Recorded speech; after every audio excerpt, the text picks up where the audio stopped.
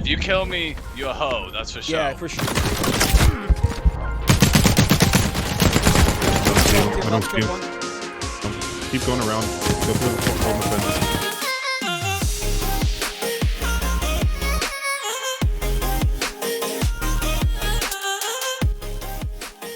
Alright guys, this is going to be similar to the last fight breakdown video. We're going to look over a few scenarios and break down what went wrong and what went right in an effort to continuously improve ourselves. Before we start, if you like this kind of content, go ahead and hit the subscribe button to be part of the OG 300 and catch more when it's released. Now on with the video.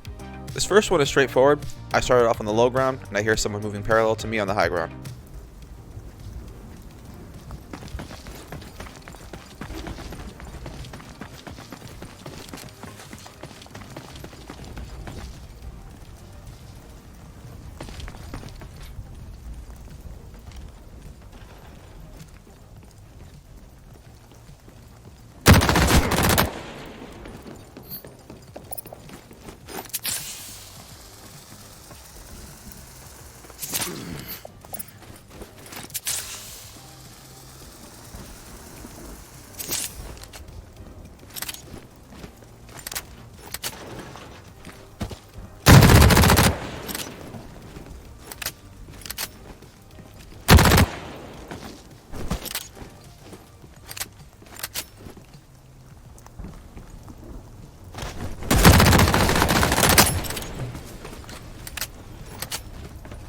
Okay, let's start it from here. I heard metal clanging, which told me he was on the fence.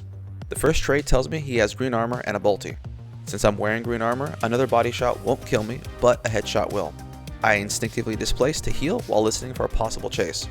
I go outside the gate because while the crates on my left would have been enough, I would have had a hard time displacing again if I lose a trade. Again, hearing metal noise, I know he's on top of the building, and the next trade tells me he has a PKR. When he's not looking, I reposition and I don't move while I reload. My best bet here is to do a dynamic corner push. If I win the trade, I can push or disengage as I want. Fortunately, he elects to try and dodge to the left instead of to the right, which makes him a still target, allowing me to one-mag him. Small tip, when utilizing cover, don't stand directly next to it. This will leave you room to slide and dodge shots while less risk of clipping said cover and becoming a still target for the enemy. Here's a good example. In this scenario, my duo partner and I were hearing people in the area, but I couldn't nail down precisely where when I took fire. Ooh.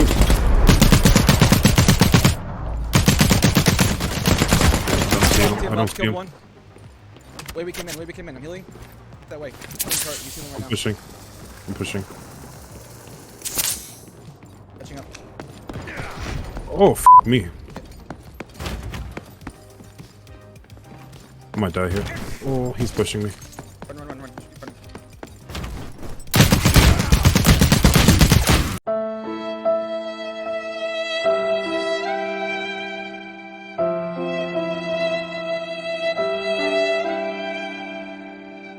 Okay, aside from having RNGesus on the enemy side, there was a lot of things that went wrong here. My reaction to being fired on was a basic slide out of the way. I got to cover, which was the corner of the building to my left, and since I took minimal damage, I returned fire. Continuing to spray the corner, I gave my duo time to process my callouts while discouraging a repeat, or so I thought. A callout could have been made by the original enemy shooter that they didn't hit me for much. This could have told his teammate not to risk peeking as there was nothing to gain. They initiated the peek and lost a player because of it. And from here it goes downhill. Having absolutely no pressure on us at this point, my duo and I could have just met up and played numbers, bum rushing the remaining enemy, and whomever took damage would dip out before dying. I also had ample time to swap out my 2x since I wasn't likely going to need it. My duo took a hammer hit, and based on his reaction, I assumed he had been hit in the head. At this point, I should have moved to prevent a push instead of counter pushing like I did, and that's when RNGesus intervened. The takeaway here is when you hold an advantage, pressure is important, but mistiming the tempo of the fight can throw it all away.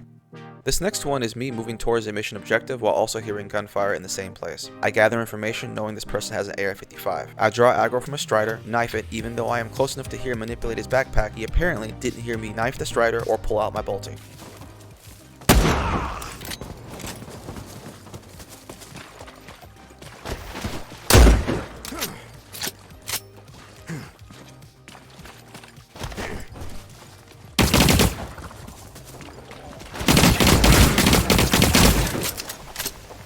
remain near cover just in case I miss my shot or if he decides to return fire immediately. I dip behind cover briefly while I switch weapons, and then I follow up. Now at this point, he's committed to going forward instead of back behind another piece of cover. Now when someone initiates fire on you, you need to gain distance and time in order to reset the engagement. While going forward isn't always wrong, he could have easily dipped back the way he came, forcing me to chase. At this point, he heard my two weapons. He has this large cover between us and could risk either going for a heal while continuing to circle the cover, or gain some distance where his AR could cut me down before I could close the distance. He does neither, and so I close the gap and do a side slide in order to throw off his aim before letting loose the second shot. Getting initiated on sucks, and sometimes you can't change the results once it starts. But there's two takeaways here. First, if you're at a point of interest and have made a decent amount of noise, it's a good habit to just assume someone has moved towards you and keep your awareness up. Second, many times the initiation isn't perfect and you have the ability to change the outcome. Your reaction and instincts need to help you make good decisions in the moment. If you doubt me, think of all the times you had the first shot and failed to finish the job or got killed in return.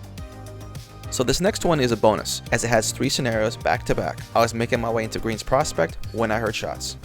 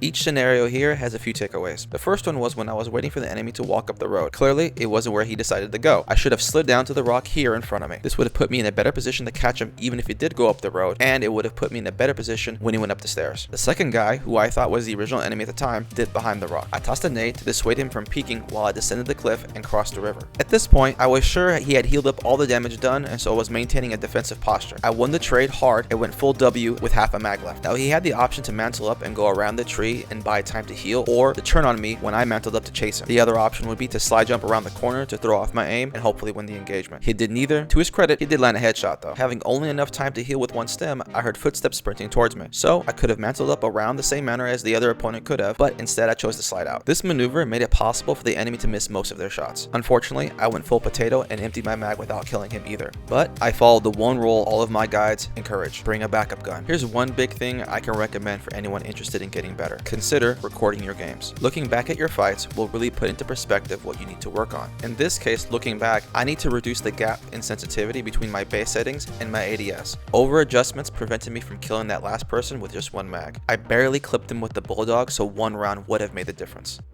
Alright guys, I really hope you enjoyed the video. Hit the like button if you did, and if you're looking for more fight guides as well as my other fight breakdowns, you can check them out here. Don't forget to subscribe, and as always, good hunting.